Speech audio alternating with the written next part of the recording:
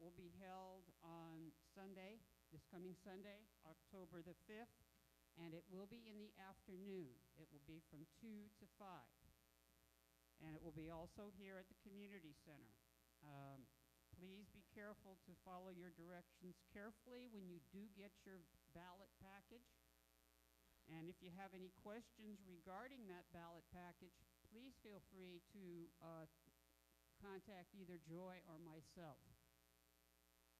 Guidelines for tonight's forum, although if you picked up one of those little papers over there on the table, you may have already seen them. Each candidate will have 3 minutes for an opening statement. They will have 2 minutes this year to respond to questions, and then they will have 5 minutes at the end of the forum to do their closing statements. The opening statement will be in alphabetical order, and the close will be done in reverse alphabetical order. We will make every attempt to use as many of the questions as we possibly can that are submitted. And if we run out of questions before 9:10, we'll take questions from the audience. Can't help but laugh a little bit about that. Last year we had almost 100 questions and we never got further than 12. That's why we're having 2 forums this year.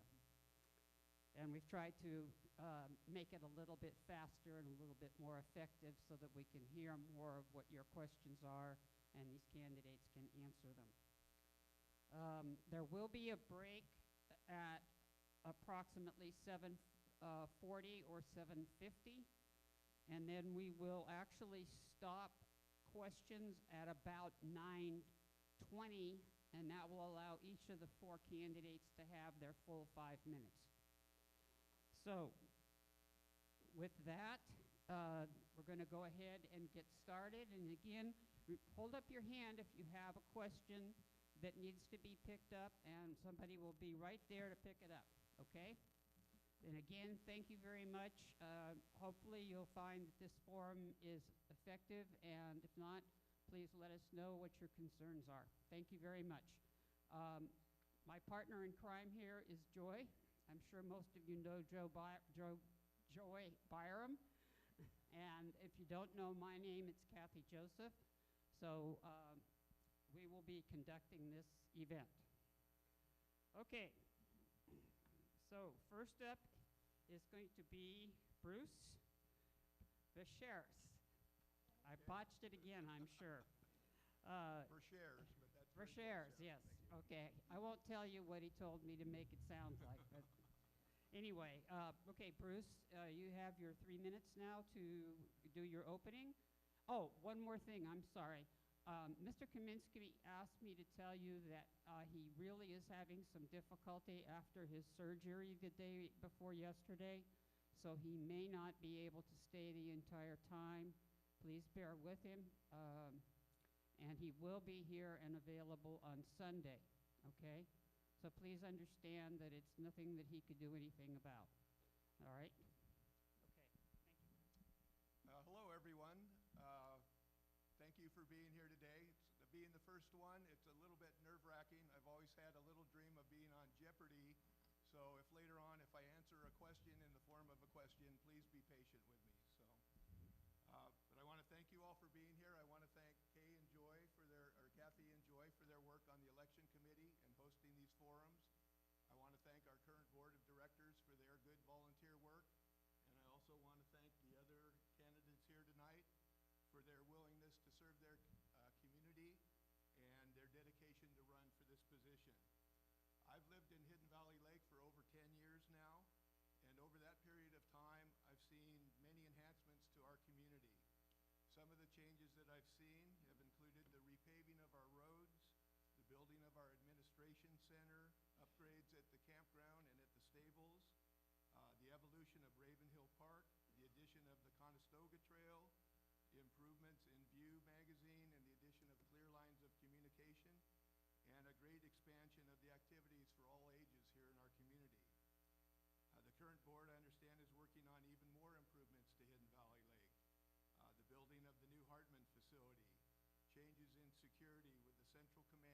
security cameras, planning for the remodeling of the community center, and starting the plan for the removal of lake sediment. Even with all these improvements over the years, our association dues have remained nearly level. For 4 of the last 6 years, there's actually been no increase. Life is good in Hidden Valley Lake, and I wanted to give back to the community, so I started to get involved. I joined the committee, and I started to attend board meetings and various forums. While doing this, I began to notice a growing animosity and rancor in our community. Something needed to be done to bring our community back to general courtesy and respect. I decided to run for director. I pledged to run a positive campaign and present positive solutions. That's not really that hard, as Hidden Valley Lake is a great place to live and has a lot going for it, including a bright future. When we remove the heated rhetoric we sometimes use, we start to see how close together on many issues we really are. I know some have recently stated that they are entitled to rude behavior because our board has not given them everything they want. This seems like a childish excuse for bad behavior for which there really is no excuse. Over the next few hours, you will get to hear where I stand on many of the issues. Generally, I support the direction of our current board. Hopefully, you'll also get a better sense of who I am. I'm really just one of you, a regular homeowner who loves living in Hidden Valley Lake and wants to give back to the community he loves. Thank you.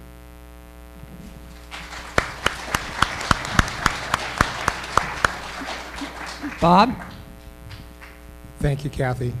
Again, please excuse my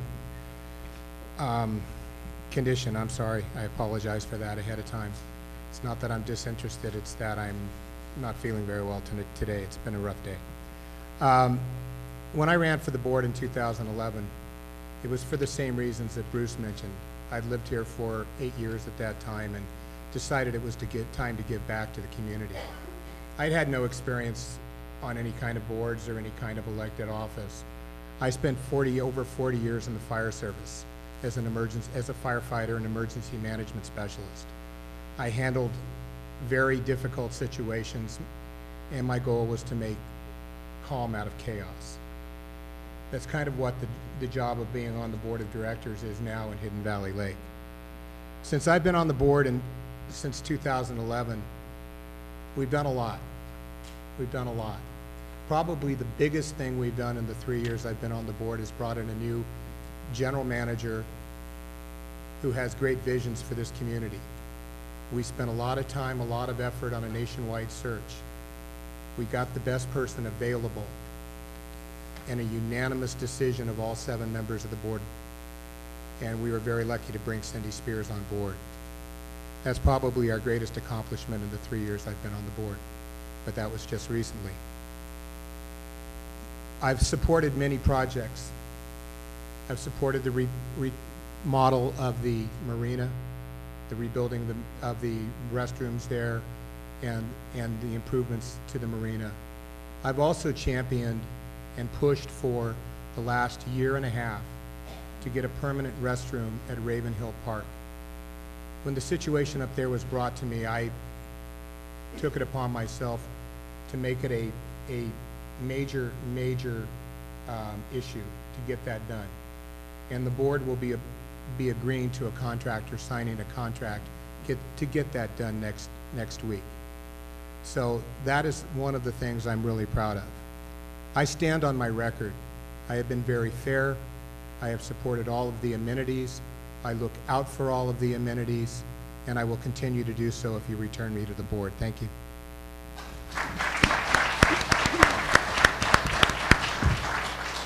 Kay? Good evening. My name is Kay Lopez, and I would like to tell you why a vote for me is also a vote for our community. I served as vice president of my previous association's board of directors, so I understand a homeowners association can be run effectively if under proper management. I would like to join Herb Fish and Ing Rankin in reforming how HVLA's board sets policy for the association. My focus would be on fiscally prudent management of our association's financial resources, as well as long-term strategic planning to ensure our community prospers for many years to come. complex and expensive capital improvements projects, such as the Hartman Event Center, should be submitted to the association membership for approval before contractual commitments are made. This is because such a large capital expenditure impacts how all of the community's other amenities and facilities operations are maintained. Many of our amenities, including the lake, the community center, and the Greenview restaurant, have fallen into disrepair. This needs to change. Although HVL's golf course is extremely important to the community, so are the other amenities, facilities, and services. They all need to be maintained at a uniformly high standard of care. I promise to serve all of Hidden Valley Lake's residents and members with dignity and respect, not just a chosen few. Moreover, I will work hard to ensure financial stability, responsible association stewardship, as well as rich and varied community experience for all. Please help me make our community even better. Thank you.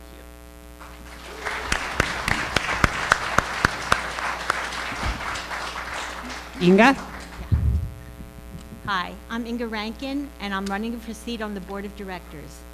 It is important for elected directors to not only understand the rules, regulations, bylaws, and CCNRs of this association, but they must also be committed to all segments of the community in a way that the current board is not. Although I do not doubt the good intentions of all individual sitting board members, something is just not working. Actions must speak louder than words for this community to come together and share a common sense of unity. This community is torn and fragmented as reflected by the very close results of the recent recall election. The results clearly demonstrate a very serious division. I have witnessed current board members shunning community members and have witnessed members speaking harshly to directors. I see board members undermining each other and engaging in childish games of one-upmanship. This fuels the them against us attitude that prevails. I see everyone waiting for the other guy to make peace, but I do not see anyone really willing to compromise. Well, I'm here to say that the process must start with the board, and I'm ready to lead that change. I'm running for this board to actively restore trust and unity to our beautiful community. But it will take hard work, compromise, and commitment from all members. And I promise to do my part. My action plan to restore our sense of community and a goodwill toward each other is to begin by allowing owner members a vote on an affordable Hartman project. We must offer a reasonable choice to the people who will be obligated to pay the bill. It simply makes common sense. Many communities engage residents in the decision-making on major financial projects, and we should do the same. There's no doubt Hartman needs to be rebuilt, but it should be done with the community, not despite the community. It's the right thing to do. And that is the kind of director I will be if elected. I assure you, I will learn all I need to know. I've already earned a certification through the Community Association Institute, and I will further my director education on an ongoing basis. My profession, I'm a registered nurse, an advocate for health, well-being, and healing. It does hurt when people call me names and make false accusations, but it will not deter me from going forward with dignity and integrity to serve this community. I'm asking for your vote, and I thank you for your consideration.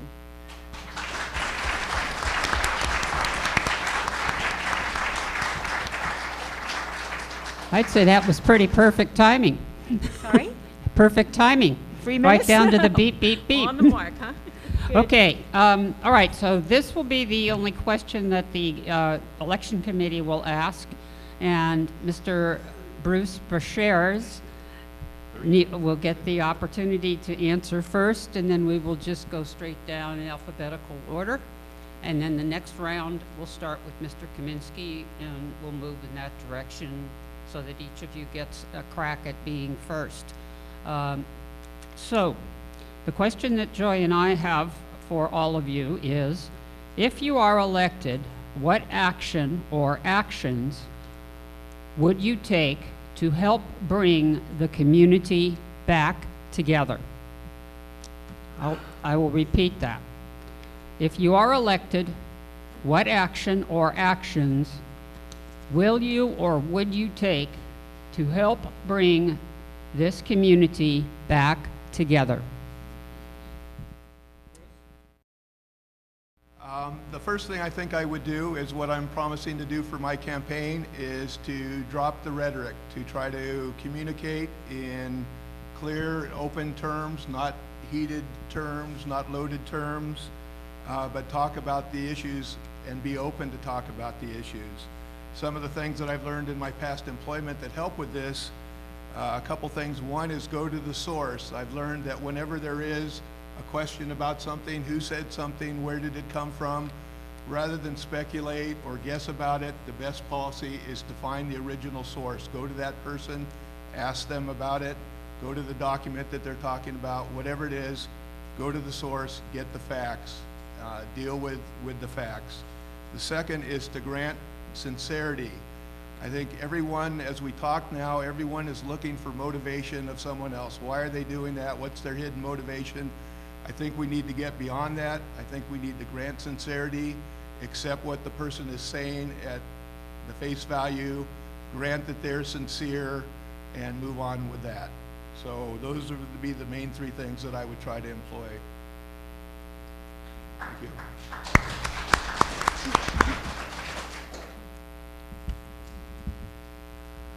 As I mentioned at the last forum, yeah, the community is very divided right now.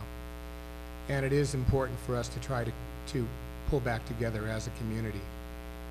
The first thing you have to have in order to do that is a willingness from both sides to work toward that goal. One person on one side or one person as a director saying this is what we have to do is not going to work.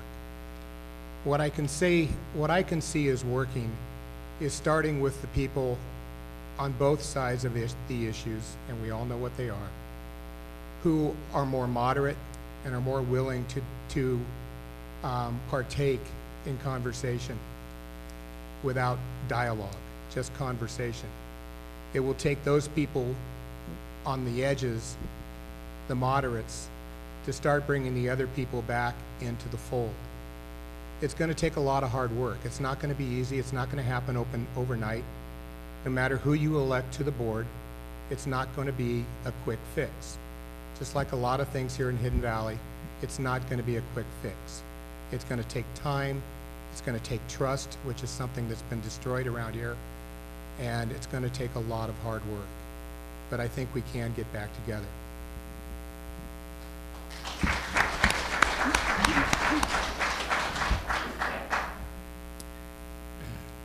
I feel that we need to be more honest with all members. When we have a large undertaking, they should be allowed to vote and be a part of everything we do. We need transparency. We shouldn't have secrets, and we seem to have them. We pay the bills, and so everything, open the books, let people see, this is what you're paying for. They're not a part of it, and they've been kept in secrecy by the board. Now, I'm going to give you a couple of examples, but nothing gets resolved when we hide information from people. Example was the recall petitions were available for inspection, then they weren't available yet, then they were available, not at all by the advice of HVLA council. That causes bitterness, that causes doubt with the members. The new general manager, Cindy Spears, introduced the topic of golf operation profitability study at the June board meeting. Soon after, she announced she had misspoken and she and the golf director would do a review. But that makes people think, oh, we're part of it. Oh, no, we're not. Request to see where it is written that we don't vote many times was unanswered at every meeting. And I was mostly the one that was saying, let me see, I'm showing you where we vote, you show me where you don't. That causes bitterness and it causes doubt. So we do need to get back into trust. The losses that we have are hidden in the budget, and that averages $750,000 a year. But look at the budget and you really don't see it. So, you know, I'm looking at it like, well, where is it? It's here somewhere. The Bill Chapman's apparent dismissal, nobody was informed and we never knew what happened. So we need to be involved.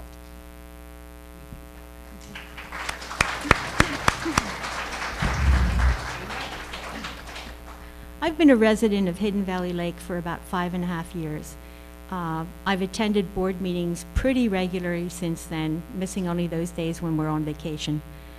I have never seen the kind of division that I see in this community now, and I blame this division on the board's decision to move ahead with a $5 million plus construction process, despite the fact that we've had many, many people at board meetings and through letters to the board members saying, please, let's discuss that. Let's give us a vote on whether or not this is the way we want to spend our resources. So I think that's the source of the division. I think it can be, I think harmony can be restored when our members are treated with respect and dignity by giving them an opportunity to vote on how such a large amount of money in our community is spent.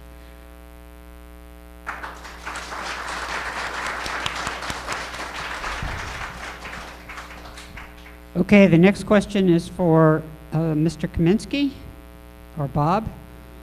There has been much discussion about the pros and cons of developing a 5-year strategic plan. Do you consider this a worthy task for the board of directors? If not, why? If so, how do you see this effort coming to fruition?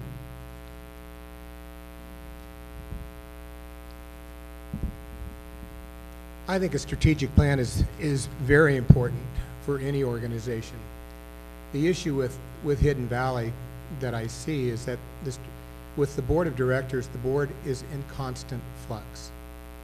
We're having an election every year where we replace basically a third of the board. So a long-term project like a strategic plan is going to have constant input from possibly new members. I think a strategic plan is very important, but it needs to be implemented primarily by staff with board guidance. Staff is the entity that is much more constant than the board. Staff is the one that works day to day running the operation. They're the ones that see the daily aspect of the operation. The board obviously has to be involved, but primarily, in my opinion, as an advisory, in an advisory function. But yes, I do think a 5-year or 7-year or 10-year plan is very important. Okay. I think that a 5-year plan is important, but you need professionals to put that plan into action. So yes, it's important, you know, looking forward, but you can't just, you need professionals to look at it and put it into place. Okay. Sorry. I've been a part of several strategic planning and visioning projects. Actually, Lake County had one quite recently when we first moved here, and we attended some of those meetings. They involved members of the county, all over the county. So I think a strategic plan for our community should involve the members of our community as well as the board, and administration would then implement the plan. We seem to be blowing in the wind. Do we want to do, there's a lot of dissension about, should we do the community center first? Should we do the Hartman first? Should we do this? Should we do that? Our funding stream in the reserve studies doesn't have a plan in place for capital improvements, which all of our funds should actually be based on a pro forma budget, which it's not. So I think, yes, a strategic plan is really important for our community. I think it should involve the members and the board.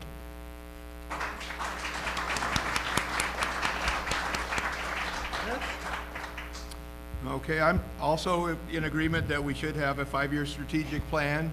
Having sat through many of the budget meetings recently in the workshop and the forums, we have a lot of instruments in place, but there is a gap, it seems, that we have a reserve study, a capital improvement plan, our annual budget, but nothing that really ties them all together and projects them into the future. So I would be in agreement with that. I think we should involve the whole community, get their input when the plan is put together. It should be directed by the board and then given to the staff to implement. I think that would be a good idea. I would support it, yes.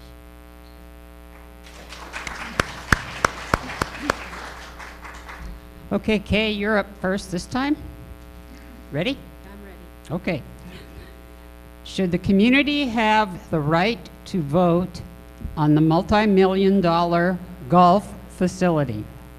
Absolutely. Our bylaws, section 1105, says that we vote.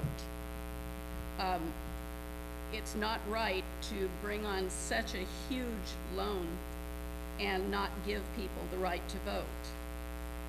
The golf course restaurant business has failed miserably in 10 years. 750,000 average yearly, and in 10 years that was 7.5 million.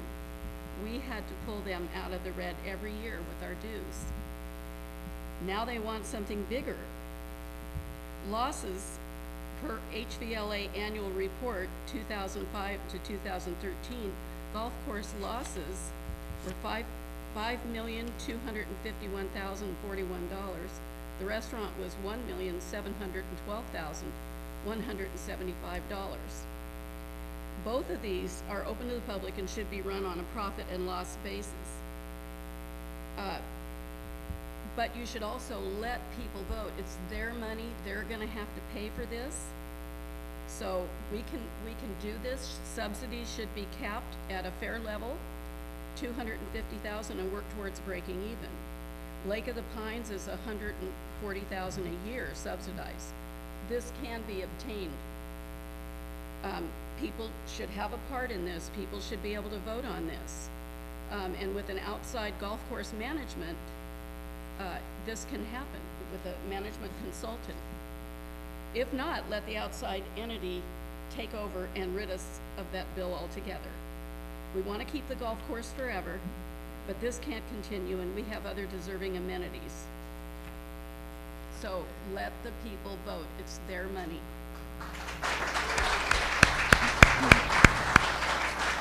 I'm sorry, I lost track of what the question was. It's, Okay, here you go.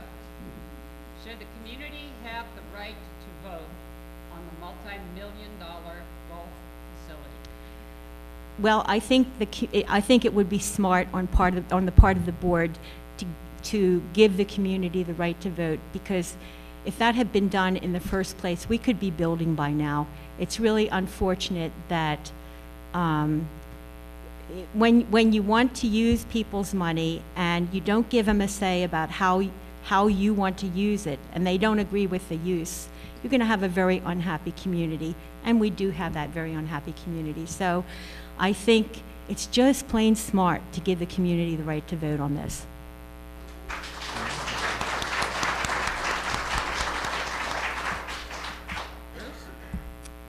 Okay, the right to vote, I think, is both a legal issue and a moral issue in this case. In terms of a legal issue, I'm not an attorney. I have studied the CC&Rs and the bylaws, but I also attended the forum where the association's attorney gave her presentation. And with her background and her company's background and their stature in the legal community, and again, not being an attorney myself, I would have to respect her opinion that a vote is not needed. However, that doesn't mean that community input is not needed. I think over the last year and a half or so since the project, the Hartman project, really has started to pick up speed and an RFP has gone out, there have been 30 board meetings during that time. Each board meeting has allowed for a half hour of community input. So there have been many chances for the community to put their input in. Also, there's been 5 forums that have specifically been about the Hartman building, where the community has been informed and asked for their opinions on the Hartman project. So I think there has been a chance for input along the way, and there has been changes made in the project due to that input. So legally, do we have a right to vote? No. Do we get a chance to have input? Yes, I believe there has been input into the project.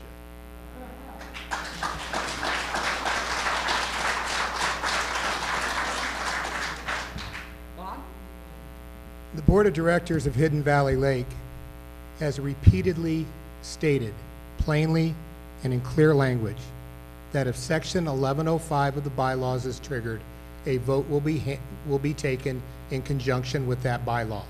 That bylaw has not been triggered. It has not been triggered. I hear Ms. Lopez, Ms. Rankin say we need to vote. Vote on what? You have to vote on one thing. Do we vote on whether we have a building? Do we vote on the size of the building? Do we vote on the purpose of the building? Do we vote on the cost of the building? What are we voting on? You have to vote on one issue. The issue that will be up for a vote if it is triggered is whether or not the community wants to borrow a certain amount of money to finance the building of the Hartman project. That's what 1105 is about. That's what has been explained numerous times by legal experts. We are not in violation of Davis Sterling.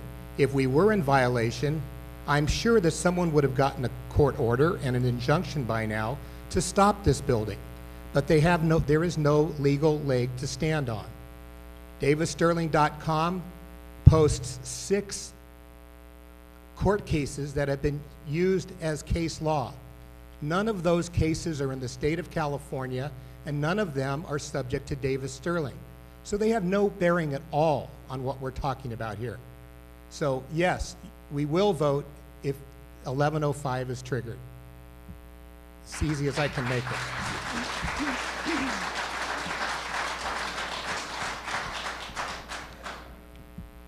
Okay, Inga, this is kind of long, so please tell me if you want me to repeat it, okay? Please explain how much you anticipate our annual assessments will go up over the next few years, and what factual support do you have for this opinion, and what do you feel might cause the need for a special assessment?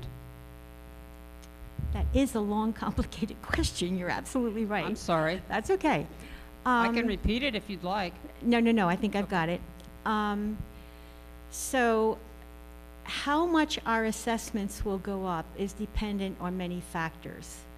One of the big concerns that I have currently, whether or not we move forward with the Hartman project, is the underfunding of our reserves. If you look at the 2014 reserves prepared by Mr. Chapman, our general manager at the time, and you look at some of the line items, you realize that this is not a reliable study. An example for that is the total amount of money that we're setting aside in our reserves for our road repair and maintenance for the next 30 years is $2 million. I don't know if anyone's had a driveway repaved lately, but $2 million is not going to go far on 30 miles of road, which is what we have in our community. So that's going to be a huge factor. And that's irregardless of what we decide with the Hartman complex. In addition to that, in addition to the fact that our reserves seem to me to be grossly underfunded, I don't really know that because I know that based on that road equation there. But what we really need is a professional reserve person who does this for a living to look at our buildings and our funding to determine how much money we should be putting in that reserve. This year alone, we are deferring over $1 million of reserve items. That's a lot of deferred maintenance. If you go around and you look at our various amenities, just as you're leaving this building, take a look at the windows down in the entry hall. They're rotting away. The windows in this building have shifted because the support has rotted. And I could go on and on and on. Thank you.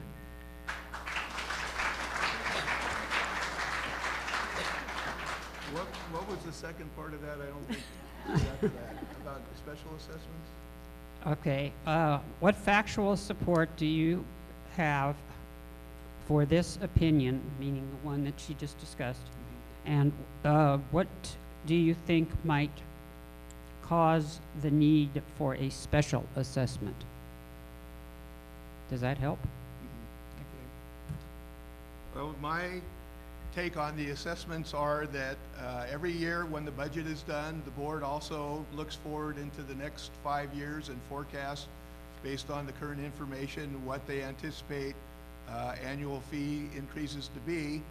And at the last, doing that study last November, they predicted 2 to 3% increases over the next 5 years. So based on our past history of staying within the expectations of the last several years and watching the budgeting process this year and seeing that we will probably come in under the anticipated amount, I see no reason to doubt that they will still continue to be within that estimate. And again, every year we'll look at it again and estimize. Also, I wonder about the reserve study. That, as I followed the board discussions, that's the one area. Have we been putting enough aside for our facilities here? And I have a question about that myself. I do know in this year's budget, the board is putting extra money into the reserves, is my understanding. And I do support a new reserve study. I think our old one had a firm basis, but it never hurts to have more information. So I would support a new reserve study where hopefully we can capture some of these things that might not have been captured in the past.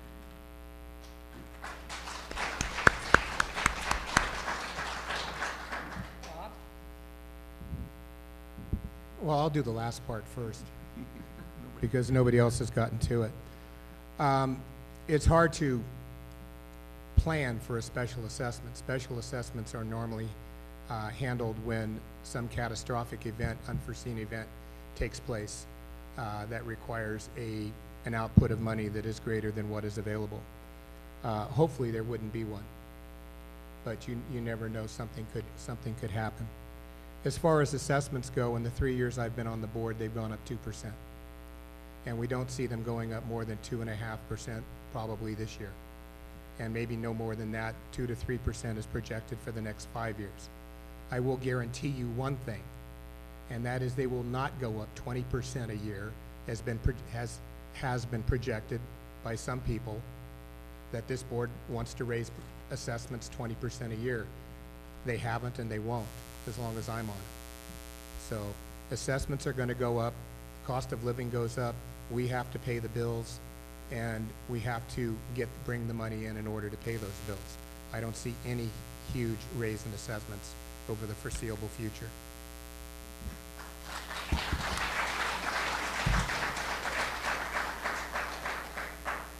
Okay, could you move the microphone a little bit more close to you when you're talking?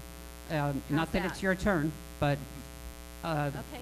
somebody mentioned back that they're having a little bit of a hard time hearing you. Oh, okay. Okay, so, okay, next one is I Mr. didn't answer that one yet, did Oh, sorry.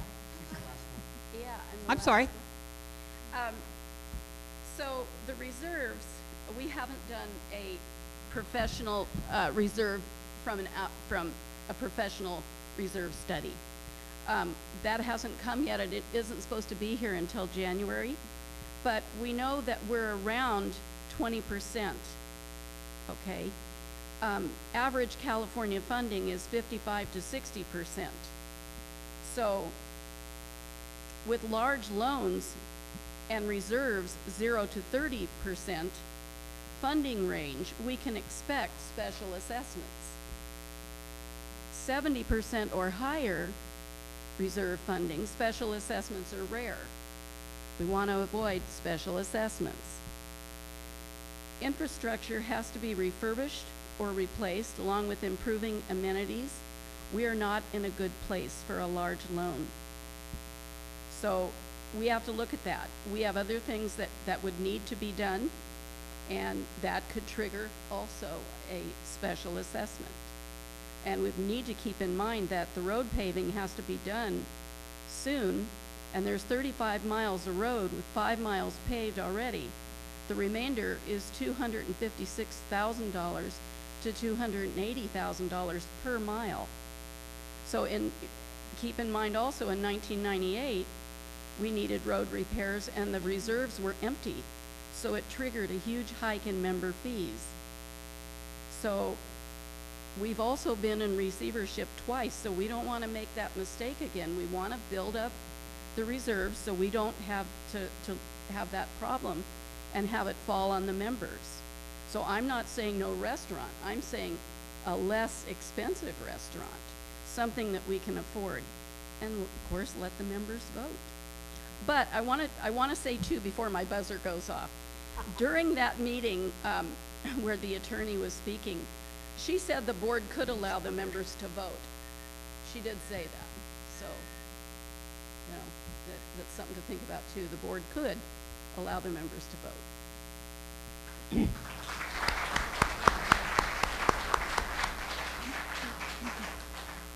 Kate, that was perfect. Thank you for talking into the microphone, because it does help. Okay.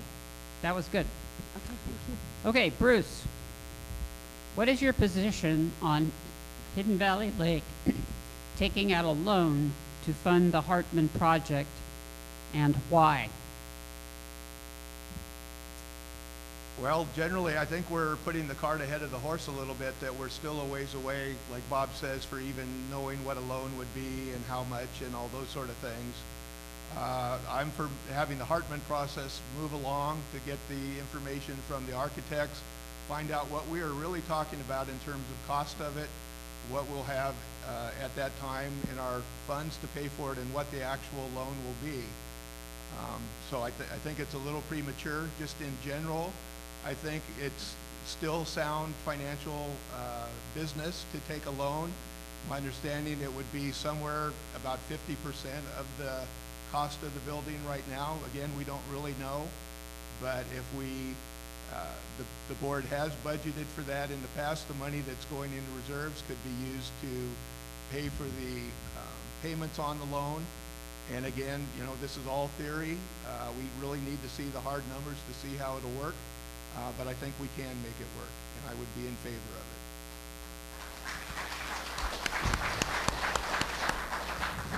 Bob? As we're not to the point where we know what the cost of the building would be yet, we're getting there.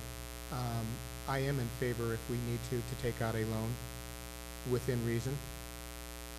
We have been assured by staff that a $2.5 million loan, to $2.5 to $3 million loan, the debt service could be handled with what is currently going into the capital improvement fund, and still allow for money to go into the capital improvement fund for other projects. So as far as outspending what we have, I don't think that's the case. I don't think we're looking at that kind of scenario, and I think that we're very comfortable in taking out a loan that's appropriate for the size building that we're talking about, and we will be able to handle it with our financial situation.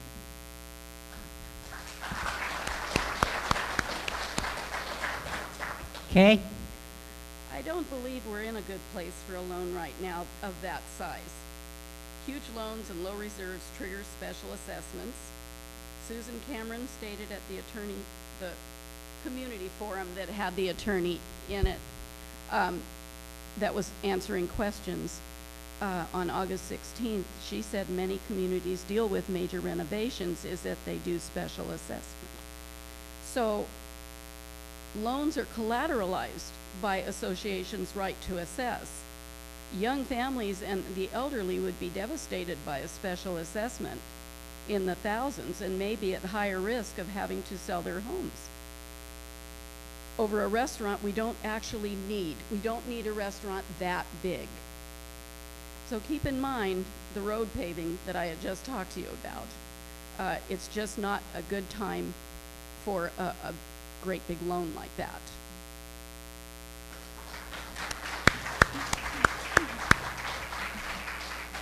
Inga? Yeah. Generally speaking, I'm not in favor of a loan. I think there are instances when that makes sense. But speaking in regard to the Hartman project, we recently had a presentation by Williams plus Patton, and their estimated cost was $5 million. That cost did not include permitting, much of the landscaping, and furnishing, which will add a significant chunk to that dollar amount. The money that we currently have on hand to pay for such a building is in our capital fund. The projected end of the year, this year, dollar amount is $1,173,055, according to our finance, our treasurer. The other money that we might have available toward that building is part of the reserve fund. However, the reserve fund is not a slush fund. You can't just use it for whatever you want. Monies are put in the reserve fund for specific purposes, and the money needs to be used for those purposes. So we do have some deferred maintenance on the Hartman complex, and we could get some money from that. That, in combination with the fact that we don't have a reliable reserve study, would make me think that we need to look at all of that before we decide on what kind of a loan we could potentially take out.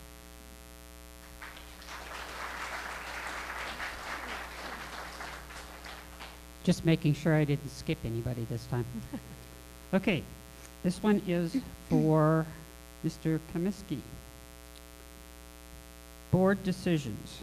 Would you support all board decisions once made, whether you voted with the majority or not?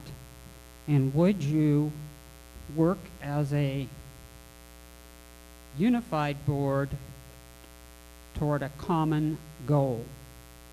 Would you like me to repeat that? No.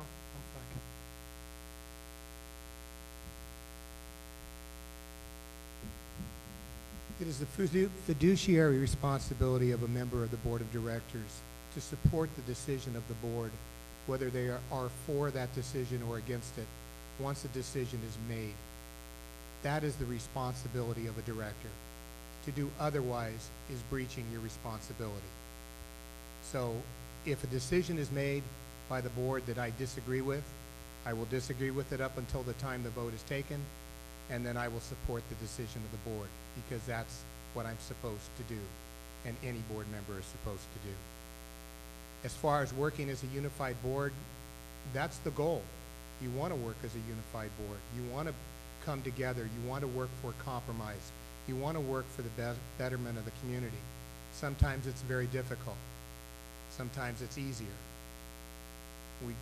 We've had situations, one is in the selection of our general manager, where the board was extremely unified and made a very good decision as a unified board. There's been other cases where the board has been very fragmented, and it's caused a lot of issues within the community. But I would love to have a unified board working together, and I definitely would support every decision the board makes once it's made.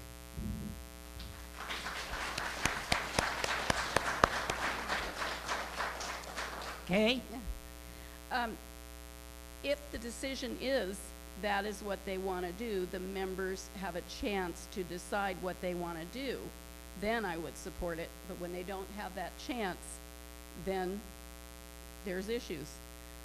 Fiduciary duty, Code of Ethics, Duty of Care, California HOA Association is, Board of Directors shall exercise due diligence and make reasonable efforts to protect the investment property of the homeowners and the homeowners association against reasonably foreseeable contingencies and losses. So I think protecting the members is the most important. We're there to serve.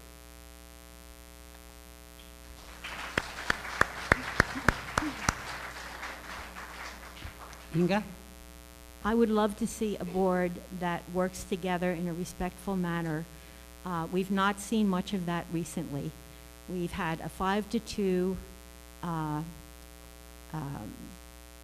opposition on issues in the board, and some of our board members have been grossly disrespected. For example, the letter that was the legal letter, a threatening letter that was sent to Stephen Greenberg, the letters that were sent out by our treasurer, Susan Cameron, to our non-resident members in regard to this election. When you act like that, you can't expect to have a board that works well together. On the question of whether or not I would agree to support whatever decision the board has made, that's an obligation I would have. But I would fight to the bitter end until that decision is made to support what I believe to be correct.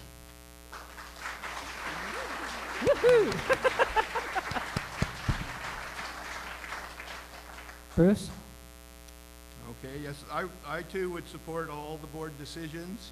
I think saying that a 5-2 vote is not supporting board decisions. I think it's what happens after that vote that all the members join together and support what the majority decided is what they're talking about, and yes, I would do that. I think it is a legal responsibility, as Bob mentioned. I think when you become a board member, you're no longer a simple member, and under that status, you have other responsibilities in terms of confidentiality and working within the board structure. So I would respect those. I think protecting members is a good thing, but if you act outside of your board responsibilities, you're not protecting your members, you're opening the association to lawsuits and other issues. So there's many reasons to stay unified. In terms of working toward unified goals, I'm much like Inga. I think I would do my best at lobbying the board to work toward compromise to get my view heard. But once there was a vote and once we joined around that, I would stick with that. Thank you. Okay, Kay, this one is for you to start with. What is your understanding of the current board's plan to remove sediment from the lake? Absolutely, we need to do that. The lake in, 45 years has never been cleaned. The Lake Committee asked for $250,000 a year to clean the lake, and if it had been granted 3 years ago, it would be almost paid for. Oh, sorry. So 10 years ago, the money was in reserves for the lake cleaning. It had to be for cleaning. It had to be added yearly until the time for sediment removal. That money was removed from the reserve study. Nets for the driving range were in the reserve study, but the lake wasn't. So Hidden Valley Lake is our namesake. It's our jewel. We live in Hidden Valley Lake. We don't live in Hidden Valley Golf. And we have turned our backs on it way too long. It should take priority over a restaurant.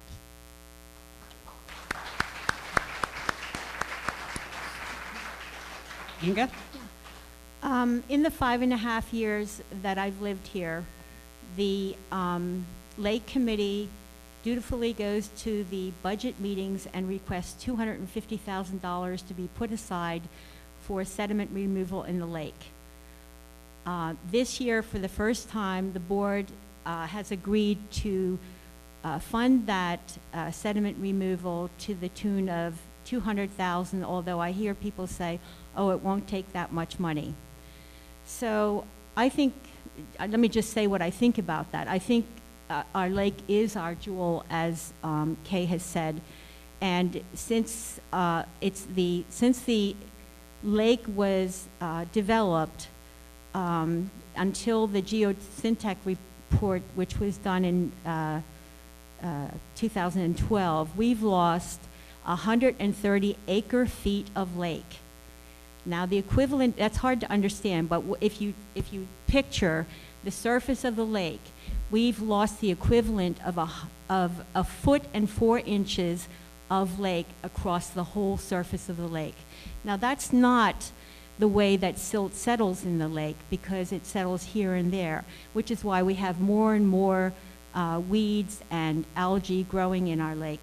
We desperately need to take care of our lake. Other communities do that, and they put the maintenance of the lake and the dam in their reserve budget. Lake Wildwood does that. I asked about it last year. I was told, no, we don't do that. So I'm glad the board has finally decided to do something about this.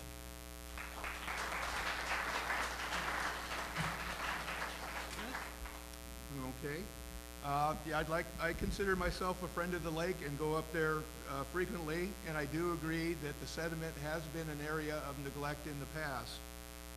But rather than beat up the past boards that aren't here to defend themselves, I think we need to talk about what's being done now and what can we do in the future. So my understanding of what's being done now is that a consultant is doing a study of the lake, finding out where the sediment is. He's suggesting the best ways to remove the sediment, a variety of different ways. My understanding is he's going to be coming back and meeting with the Lake Committee very soon to get their ideas about it and to talk about the best ways of removing the sediment.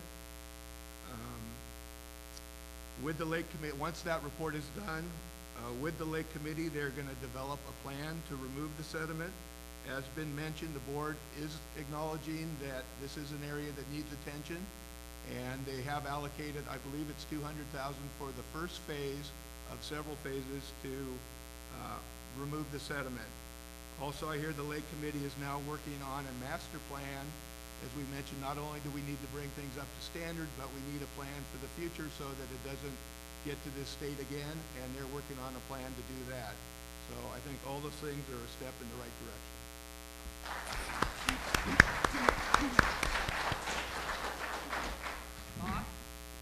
I've lived here for 10 years, a little over 10 years, and I've been on the board for almost 3, so I can't speak to what went on before that time. I do know that this board takes the condition of the lake very seriously. We have a consultant who's been on site numerous times in the last several weeks and months working on a plan as we speak. So to say that the board has ignored the lake is disingenuous. The board has done anything but ignore the lake. We are taking action with the lake. It's going to be a process. It's not going to happen overnight. As I mentioned with other things, it's going to take time. It's going to take study. It's going to take figuring out what the best way to do it is for the lake. What is the best way to remove the sediment for the lake? The lake is a living, breathing ecosystem. There are lots of parts to it. We need to make sure that when we do remove the sediment from the lake, that it's done in a manner that upsets that ecosystem the least. It doesn't have an effect on the wildlife and the fish that live in the lake, and has as little impact on the surrounding properties as well. But it is being addressed, and I just have a question, and I really don't, but this is going to be a very substantial financial impact on this community. And I'm wondering why people aren't asking for a vote on this.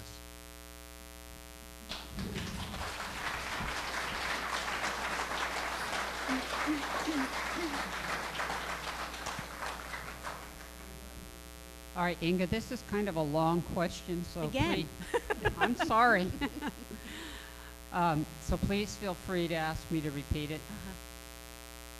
Have you seen the current plans for the Valley Oaks project within the last 3 months?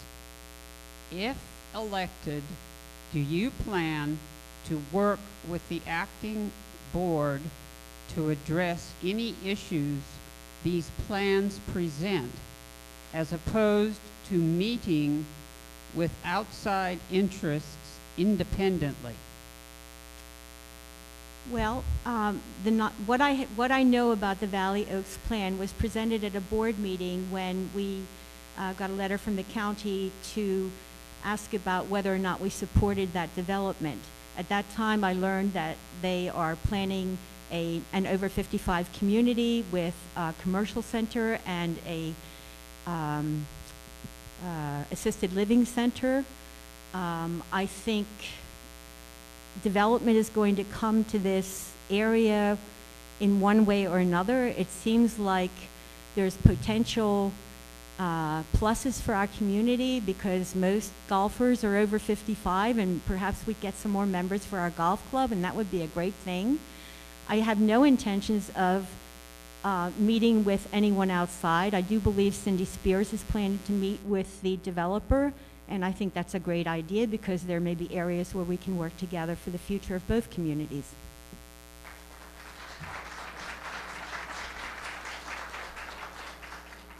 Chris?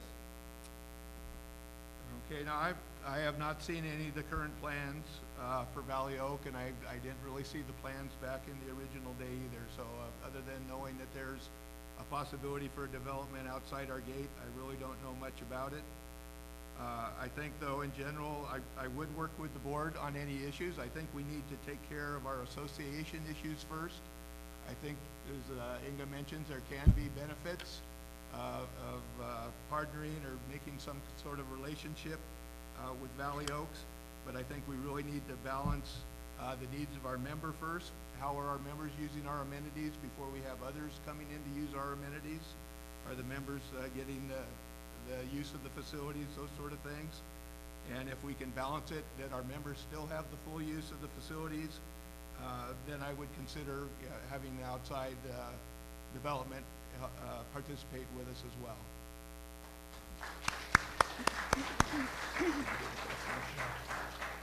Bob, did you hear the question? No, you could repeat it, thank you. Okay, ready? Yes.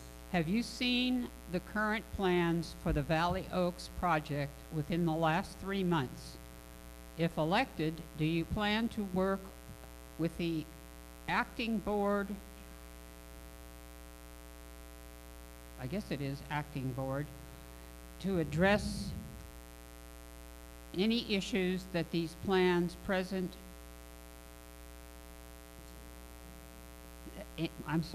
any issues these plans present as opposed to meeting with outside interests independently?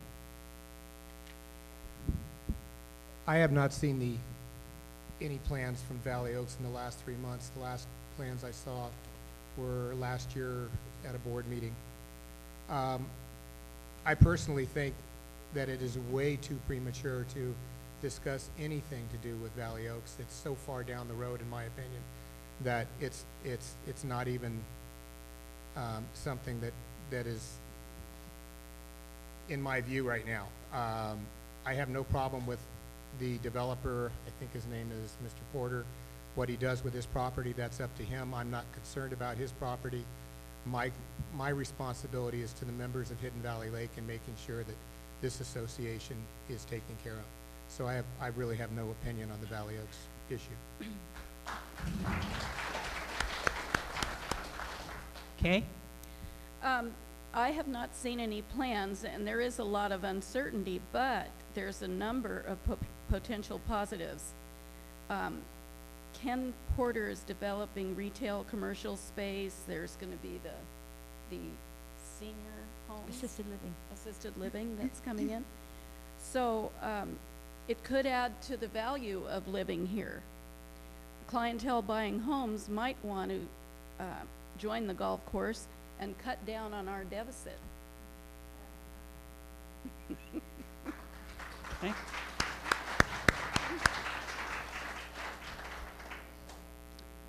Okay, this is going to be the last question before we take a break. Just before we take a break. We're not done. I got you till 9 o'clock. 9:30. Okay, let's see. Who's first? Looks like it's Bruce. Okay, Bruce. Do you believe that sharing information with the members of executive session discussions is a breach of fiduciary duty, or is it okay as part of the transparency of the board of directors? I think this is very similar to the previous question we had. And being a board member, you're held to a higher standard. So no, I don't think that you should share information from the executive session. I think by our governing document, you're not allowed to, so I would not share that information. What was the second? Or is it okay as part of the transparency of the board of directors? Kind of all one question. Yeah. No, I would respect my fiduciary responsibility and keep matters confidential that are supposed to be confidential.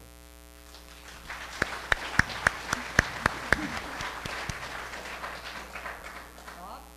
No.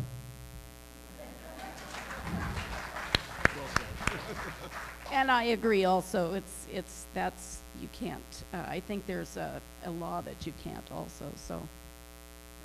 Nope.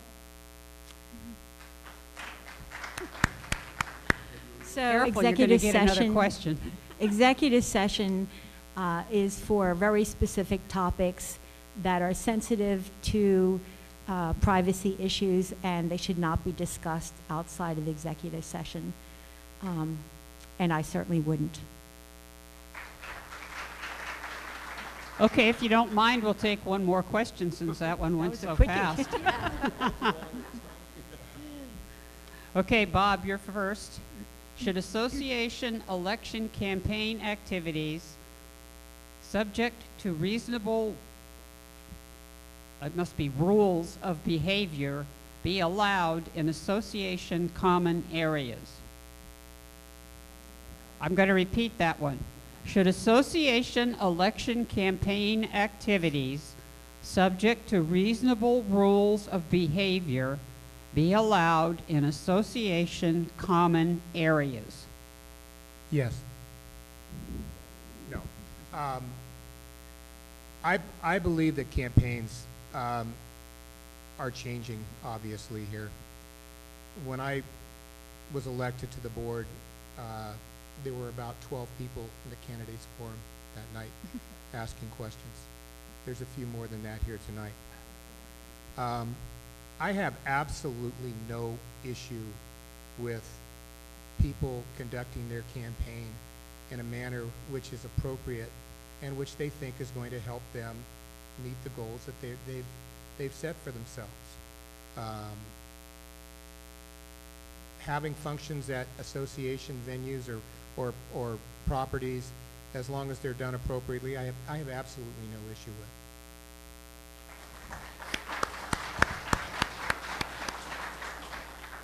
I feel that they should be allowed, it's common area, they're campaigning. I don't see any problem with that at all. I agree with Bob that elections have changed. And I think they've actually changed for the better. Isn't it wonderful that all of you are here trying to make a decision about what's good for the future of our community? I think that's a great thing. I think some of the nastiness is a really bad thing and unnecessary. We should be talking about issues, not personalities. Some of the letters that have gone out are just beyond belief. If you have no topics related to campaign issues, you should be quiet. Separate from, and in regard to common areas and reasonable election behavior, I think absolutely, and our second rule in the election handout that you gave us says that we're permitted to do that. I was very disappointed when two people who are working for our campaign were told by security they must leave the mailbox area because they're violating some kind of a rule. I mean, really, are we a police state?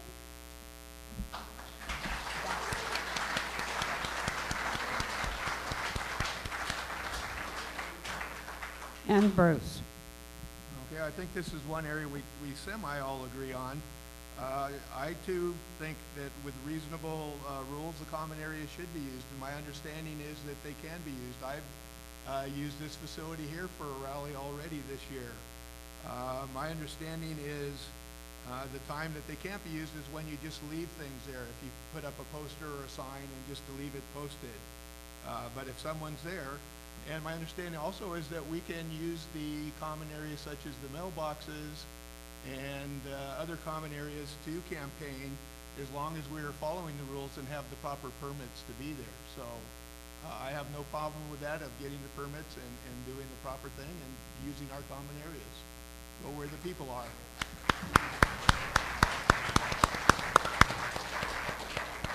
Okay, we're going to take a short 10-minute break. There's water and, of course, Jackie's wonderful delivery of cookies. But I will hold you to 10 minutes, okay? This is actually fun.